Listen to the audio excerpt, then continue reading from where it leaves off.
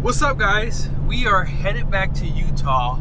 It is 100 degrees outside and we are towing right now. You guys can see, hold on, right there. You can probably see somewhat sort of my trailer back there, right?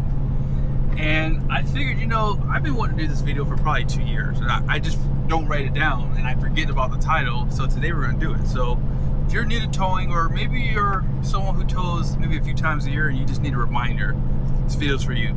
Now, right now, I want you guys to see here, my temperatures are at 199 for coolant and for oil. You guys see my transmission?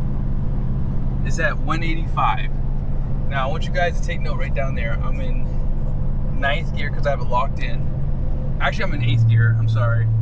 But I was showing you here, I'm locked in to 9th, so that way it doesn't shift over to 10. So we'll talk about that here in a second, but I'm gonna let my wife hold the camera.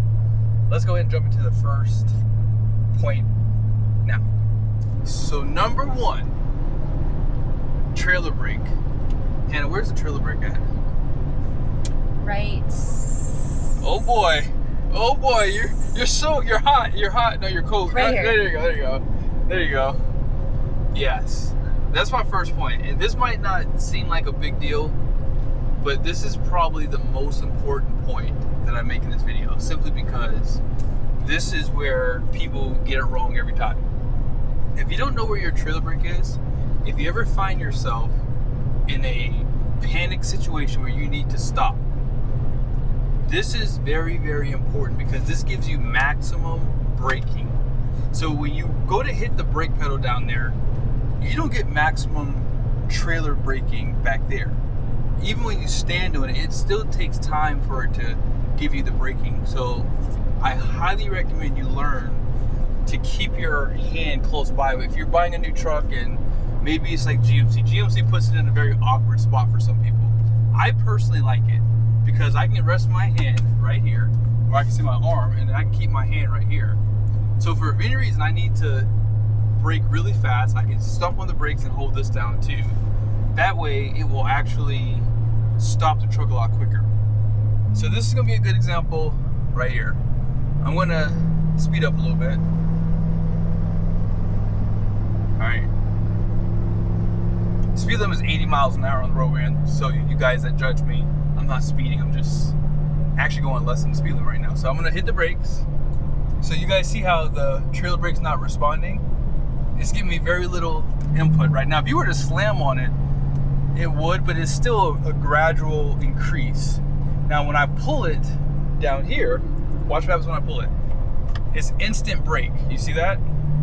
That way, you get instant braking in a panic situation. That's why you need to know where that is. Now another thing that you can use this for is sway control. So there have been times where someone might cut you off on the highway. People think that when you're towing a trailer, you can stop the same, and that's just not the case. But if you ever have to change lanes really quickly, and your trailer decides to go in a different direction as your truck, it's going to potentially make you lose control. So by pulling that trailer brake probably 50% like that, it keeps it in line with the truck a lot better. That way you don't lose control of it as you're going down the highway. So that's why it's very, very important to know where this is, because in a lot of cases, you might find yourself looking for it. Now, the last thing I'll mention too is, if you lose brakes on your truck, right? Let's just say you're going down the road and you notice you have no more brakes. Well, most trucks today, except for Ram, have electronic parking brakes. Again, you need to know where this is too, because if you were to pull this, or push it, I mean, this is a push. I think Ford's is a pull. So if I were to push this electronic parking brake, actually it goes away. But again, if I were to push that again, you would see that it actually does control the trailer brake too. So if you lose brakes, you still have a second line of defense here, and you still can pull this one as well. Number two, exhaust brakes. So right down here, this is a GMC. So they have single stage exhaust brakes, and Ford and Ram have dual stage exhaust brakes. So if you have one of those, you have full and then you have auto. So full is when you lift off the gas pedal, it starts to work, kind of like right now. And that's what GMs have, that's all they have. Now auto is my favorite, because if you don't want it to work when you pull off the throttle, it won't until you tap the brakes. So it only works if you tap the brakes. So in that case, that's how that works basically. However, I didn't learn this until later on. In the owner's manual, they actually tell you not to use the exhaust brake if it's raining or if it's snowing. And the reason why is an exhaust brake kind of acts like a manual transmission, whereas if you have that on and if for any reason it starts to come on, it could make the tire spin backwards. One of my friends actually taught this to me a long time ago too. I just didn't know it was in the owner's manual. But he said that one of his friends lost control towing a trailer one time because he was on a slippery road, and because the exhaust brake is so strong in Ram trucks, it actually made the back end spin out, and he jackknifed the trailer.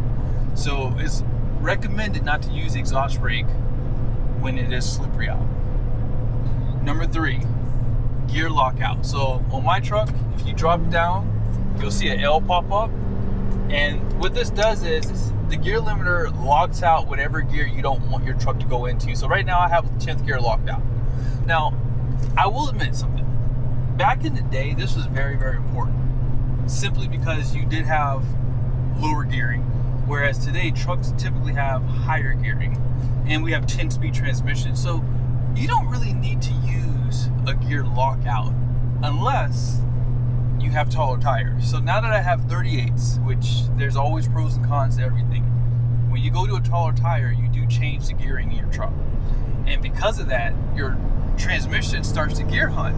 And if your transmission starts to gear hunt, guess what happens? Your temperatures go up. So I'm going to show you guys the difference here. So earlier today, I was just letting it roll in 10th gear, and I started noticing it kept switching from 10th gear to 9th gear, 10th gear to 9th gear. And I saw my temperatures starting to go up. So not only does it heat up your transmission, but it also makes your engine work harder. So your coolant temp, your engine oil temp start to go up too. So I was at 189 when I locked out 10th gear because we were on a more, I guess, flat ground, I guess you could say. And so it was staying in 9th gear a lot longer and not switching in and out of 10th. But once we started going up and down some grades, see, the truck needs to downshift, even at this rate here, from 8th to 7th to 6th gear. So in some cases, when you're going up and down a lot of hills, you might need to lock out 9th and 10th gear. That way it's only shifting from 8th to 7th gear. And that way you prevent your transmission from shifting so much. Because again, that's going to wear out your parts. You know, and then you might need to change out your fluid a little bit sooner in your filter, simply because there's more gear shift happening and of course more heat happening, which means it's breaking down the fluid. Number 4. Did you want to say something? No, my hand just got tired, so I switched hands. Okay. I'm doing nothing. You're pointing towards you, so I figured you wanted to say something. But no. She can tow as well, but she doesn't like to. That's all. Now, number 4 is tire pressure. This is something I learned a little later on, and it's just something that, it sounds simple, but it's something that a lot of people don't do. When they say cold PSI on the tire, that means there's no sunlight touching those tires. So early morning or late in the afternoon. So before we left on this trip, I actually added 80 PSI in these tires because the trailer's just been sitting for probably like 2 months, 3 months since I've moved it.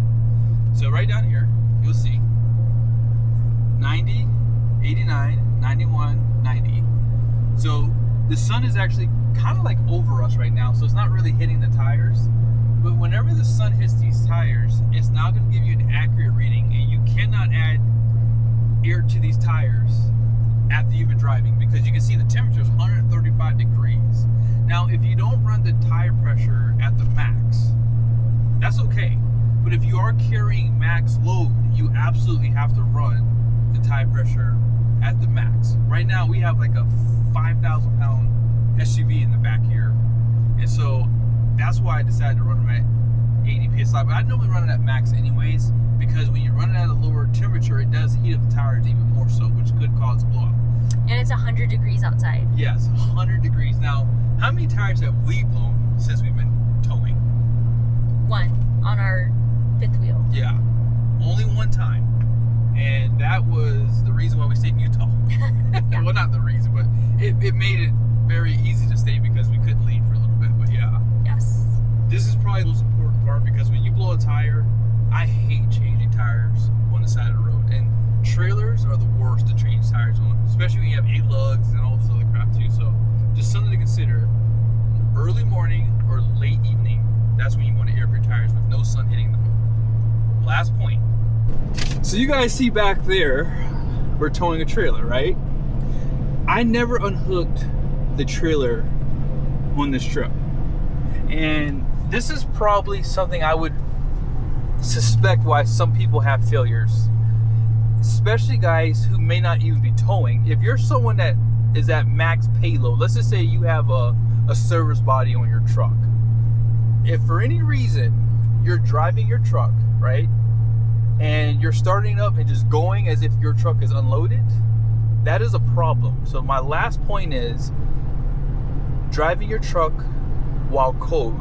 This is something that you really have to know for your truck. See, I run Lorenzo oil in my truck, and that oil has tungsten in it, and I actually have it for sale on my website.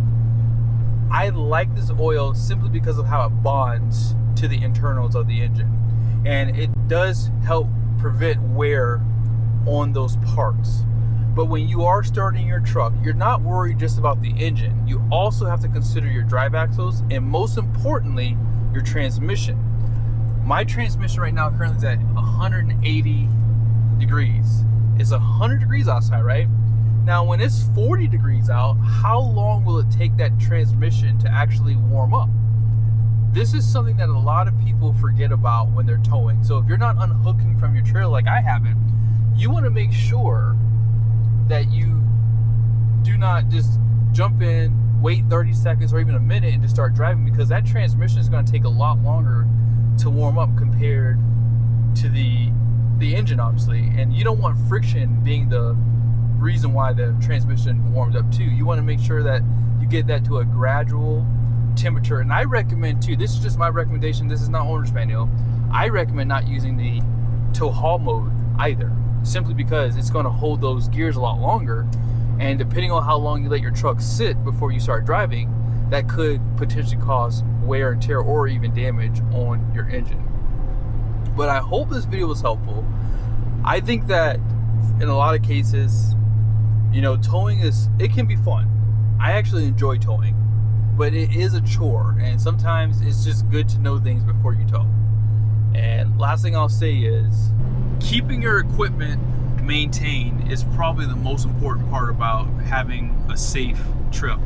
I lube my axles on my trailer every other year, and I actually have someone come to my house, pull them apart to do it. I don't just squirt, you know, grease in my bearings and call it a day. No, I actually have someone disassemble, clean the brakes, all that stuff, just simply because I do tow a lot. Like, I mean, I probably have, this trailer by itself probably has 50,000 miles on it, at least 50,000, because we've towed it cross country a couple times from Maryland down to Florida, like 3 or 4 times, and I've never had any breakdowns with this trailer. My axles, I don't overload them. That's something else you have to be mindful of too. So maintaining your trailer, making sure that you check out all the components, right? And of course your truck, if you are towing a lot, you want to make sure you change out your gear lube. You want to make sure that you're doing your oil changes, your transmission changes a lot sooner maybe, and just maybe potentially doing an oil analysis. I also recommend doing Banks products like the boost tubes, turbo inlet. Those things actually do help to give you more air, which makes your truck work less. And so one thing I like about the boost tubes are they are a more solid structure compared to the ones that the manufacturer gives you. And when it's 100 degrees outside, you don't have to worry about those rubber hoses starting to deteriorate, right? Especially under boost. So I have a promo code for Banks products if you would like. Insane Diesel, I do have a promo code for that. I also run an oil bypass on my truck too, simply because it does allow me to run my oil changes a little bit longer. So I go 10,000 miles from oil changes.